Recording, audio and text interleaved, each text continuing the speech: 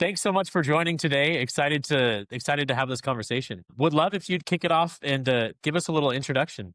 Who you are, where you're from, what you've done, what you're most excited about right now. Sure, Jacob. Thank you again for inviting me onto the podcast itself. And I'd love to talk about all the other things and maybe just a little bit about myself, I suppose, to set the stage. I immigrated to the United States in 1988, so a few years ago. Born and raised in Holland, so that's where the Dutch mentor came from. I always had a deep desire and passion about healthcare, and initially was more as a healthcare provider. So I worked as a paramedic and flight paramedic for over 32 Cool. years, but also along the way, I knew that I was not able to feed my kids and send them all to college, and I have five kids. So I went back to school, got my bachelor's, my master's, my fellowship, completed in my mid-30s, and then started my career in healthcare itself and worked my way up from the basement, so to speak, into the C-suite, for-profit, not-for-profit, government health. My journey, something became quite apparent is that lots of people with good, strong technical skills, rock solid frontline performers who get promoted into managerial roles and then either falter, fall flat, never really reach their full potential because very few people provide them the right support in order to become highly effective leaders. So that's what I've been doing for the last, 12 years in developing the programs while I was working as an executive. And now I do it on a full-time basis, working with individuals, working with small teams, doing a lot of volunteer time in order to be able to get people to truly learn how to lead effectively, but more importantly, find the joy in leading. Because with this, when they love what they do, it becomes far easier to be able to lead others. And that's really what I do, and I feel deeply passionate about. I'm curious. So you were a paramedic for a long time.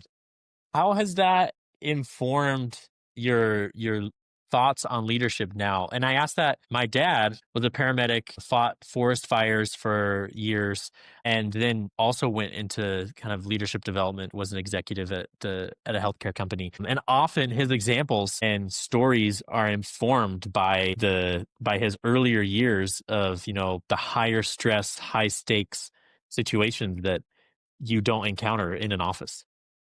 Yeah. No, I think, well, thank you to your father for his service. And yes, there is a really strong parallel, and especially around the fact that every single person you meet as a paramedic, we cannot look at it as a cookie cutter approach on how am I going to treat that person. Right then and there, you have to kind of jump and look at it from their perspective. Well, leading is all about not telling people what to do. It's about getting them to buy into what it is that you need to get done, and that is by leading through the why. Well, the same thing as medicine. It is really being able to evaluate and really become keen observers of people, places, and things. No different actually than the work that you're doing in understanding how people maybe fit into organizations. Is when I walk into a house, I just don't walk into a house.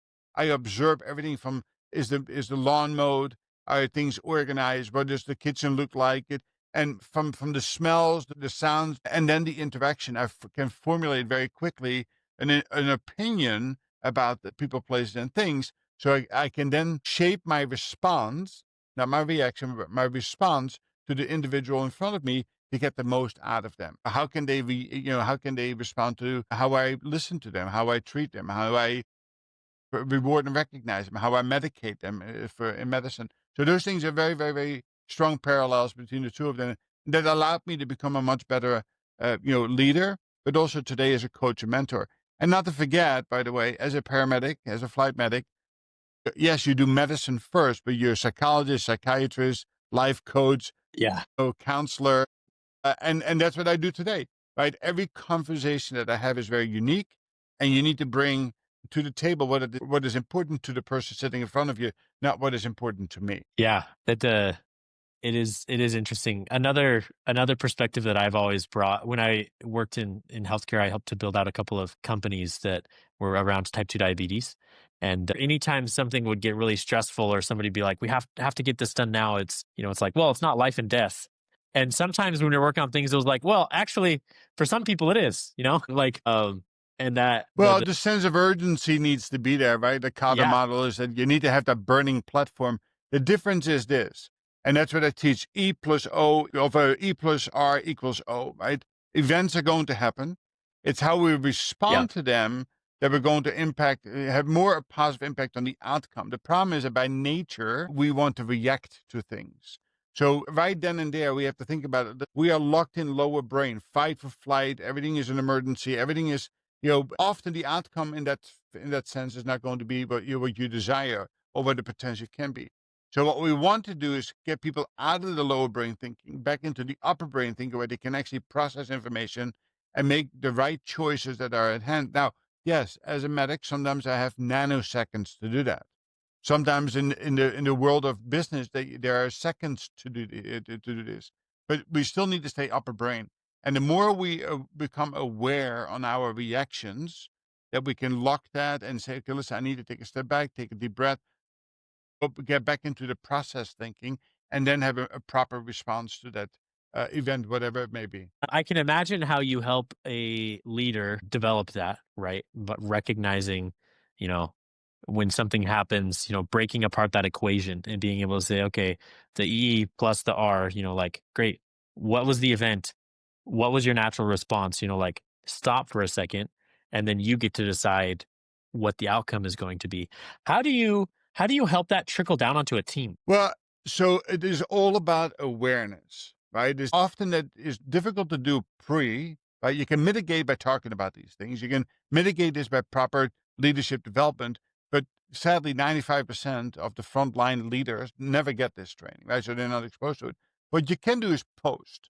So, for example, I had a client this morning, I had a conversation with, she went for an interview, was very, very excited about it, but, really wanted to get that job and then did not get a positive response after.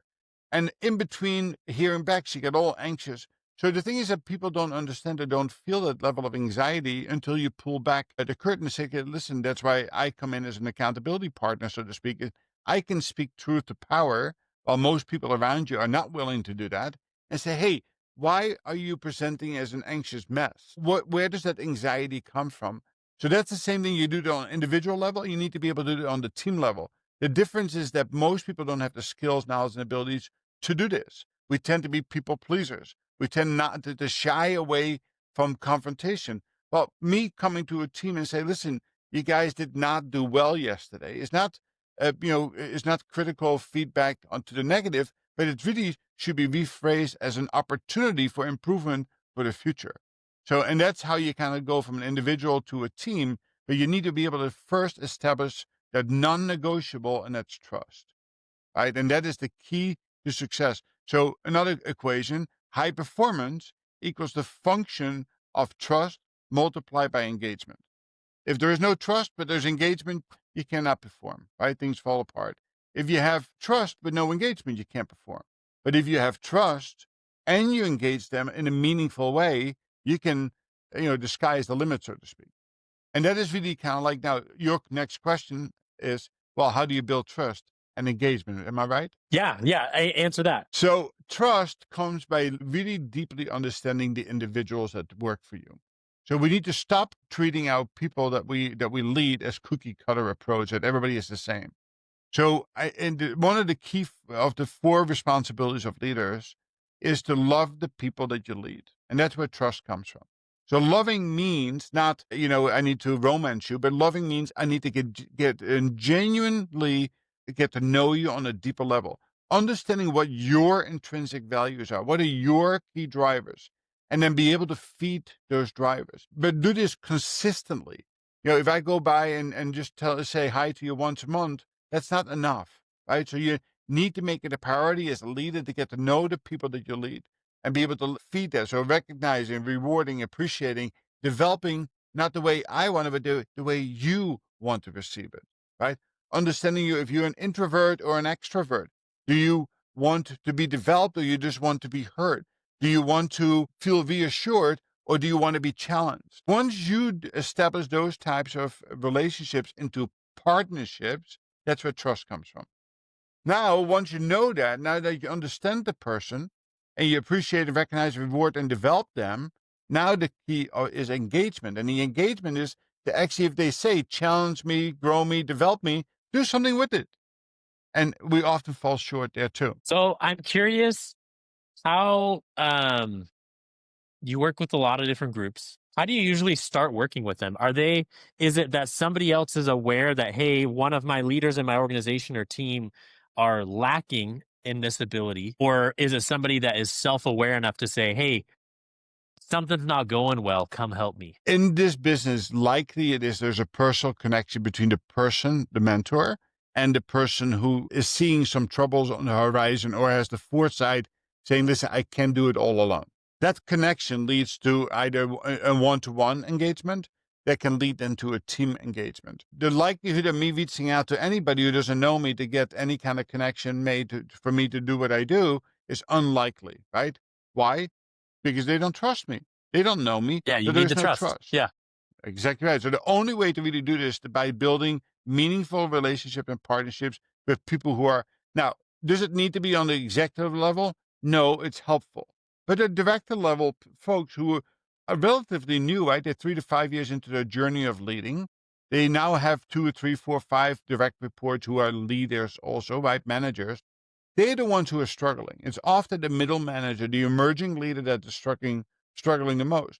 So now, of course, the opportunity is if I have an opportunity to work with a company who has the foresight and willing to make those investments into individuals, you go on a 6 month journey with individuals to self awareness and self development and problem solving and understanding what the operational rhythm should look like.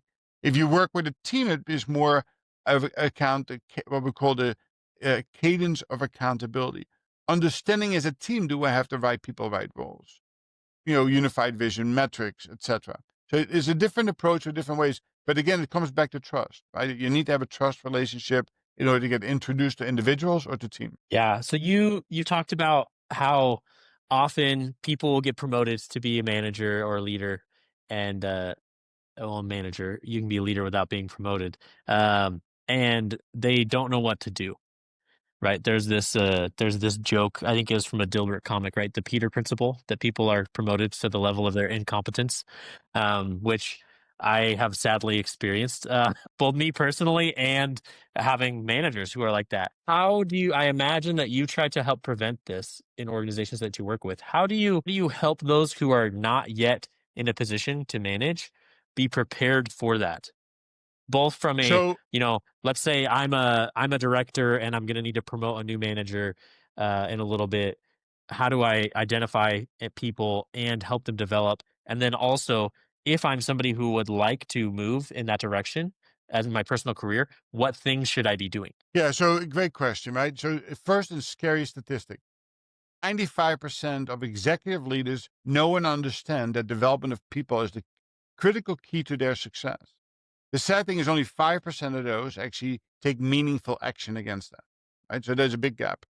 So that is not problem number one. Now, but now we have to think about it this way. So when I start working with people, it is, yes, about self awareness and problem solving, but it comes down to having the right people in the right roles. So the first thing we need to assess: do I have, and then do we have the right skills, knowledge, and abilities, and the bandwidth to do the job that's being asked of us to do? So often these people who go transition from doing to leading get stuck what I call the valley of despair. They get thrown into the deep end, and now what? Oh my God, right? So I help them transition through that.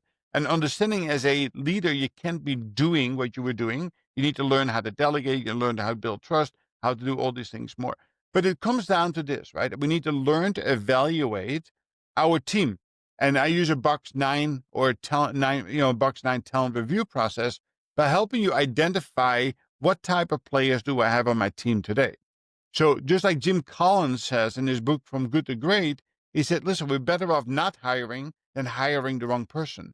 And way too often, new leaders hire people because they sound good, but they don't really fit into the team itself because they don't even understand what the team is like. So I advocate strongly, and I think that's where we have made the biggest mistake in industry today. When you hire a new leader from the outside in, or you promote somebody from the inside up, that's the time to connect them with a coach or mentor like myself, who's been there, done that. I've seen the pitfalls. How can to help them onboard and accelerate that process of instead of taking a year, maybe shorten that to 6 months. But through that process, you can build skills, knowledge, and abilities. You can help guide them. They can still fail, but they can fail fast, fail forward in order to be able to get integrated, and then really have that ability to assess their team. And then if they have an opportunity to hire, they can hire the right team member. If they have identified, box one, twos, and threes, high potential, high performers, how can I engage them so they will stay with me? Or if I've identified low performers or people who are questionable fits, how can I manage them up or out of the organization, which then creates an opportunity to hire more people, right? So that's really what the philosophy is all about. That's the missing piece that the middle manager does not have. That's why they need people like myself to help and guide them. And I think when it's set up like that, right, and you bring somebody in to help, uh, it recognizes and vocalizes and acts on the fact that, hey, you don't know everything, and you're trying to learn, right? This new manager. Um, where we have, I think, a lot of the problem with that statistic, when you're saying 95% of people know that the development of people is 95% of executives know the development of people is the most important thing. Only 5% are doing something about it, though. We have this weird thing where, you get to be like 25 years old and just everybody's like, you're supposed to have everything figured out. Like, Yeah. you Well, better know wherever you land. You better know exactly what you're doing. You're in a job, cool. From day one, you better know. And oh, you're a parent now, cool. You better know. When in reality, everybody's figuring it out. We're all learning and iterating. I'm still And learning. yeah, oh yeah, yeah. When somebody stops learning or they say they don't learn anymore, that's the big red flag for me. Where it's like, great, yeah, I don't know how much I want to hang out with that person, but then you're able to, because you give them permission to, like, ask and to fall when you bring in that coach and that extra support. And so I think, yeah, that's an amazing thing. It really is needed. What happens with most companies, they make these a checkbox item, right? On the orientation or, Yeah. I'm going to provide education support to my leaders, checkbox. I'm sending them to a webinar, a conference, or I have them go to some classes online. Or maybe a select few, the top 1%, a half percent, get to go to a special, class for accelerated class for emerging leaders. The problem with any of that stuff is that what I learned what I learned at my last conference is forgotten by Monday morning. That's where we need to make the change, right? If we continue that cycle of not taking meaningful action. So that's one thing that I do, and it's very different from most people. I work with everybody for at least a half an hour per week, and it's action based. So it's over and over and over. So the magic is changing habits and behaviors, which takes time. So my slogan is, right, just 15 minutes a day, you too can become the leader you always wanted, and the leader that your team needs to thrive. And the quicker leaders understand that, we have to lead with the why, and we have to support that change that you're going to make, that you're going to imply over a period of time, so people can actually make that a new normal. And if you don't do that, we're going to the cycle. We improve and then we falter, and then we improve and then we falter. Well, these valleys, these peaks and valleys, are very uncomfortable with the people that you lead. And what happens then is they say, "Listen, I can't live like this. I'm leaving." Well, the cost of attrition, which is not on the P&L, right? Costs 75 to 150 to $400,000, depending on who you're replacing, is not in the P&L. That money alone, a fraction of that money alone, could support all of your leaders with having a coach or mentor to help overcome and prevent those types of pitfalls and unnecessary attrition. Yeah. Well, to wrap up, I was going to ask what advice you have for leaders who are trying to be better, but I think you just answered that question. Yeah, I mean, be courageous. That's the key word, right? Don't always feel that I have to do it all myself. Don't rely on HR. They will do it for you, because it ain't happening. Right? We have to be brutally honest. Nobody's going to do it. So, you should take the leap and set the example for the organization to go to the outside and engage somebody for your team or for the individuals, because that's the biggest favor you do for yourself, by making sure that people feel appreciated, recognized, rewarded, and developed. Those are the four keys to getting people to stay in your organization and accelerate. And that will lead to all of the outcomes you desire, no matter if it is safety, quality, growth, income, cost savings, or quicker in going through a transformational change. Well, thanks so much, Walter, for spending a few minutes and talking this morning. This has been great. Great, Jacob. I appreciate the invite and look forward to chatting again sometime. Sounds good. Thank you.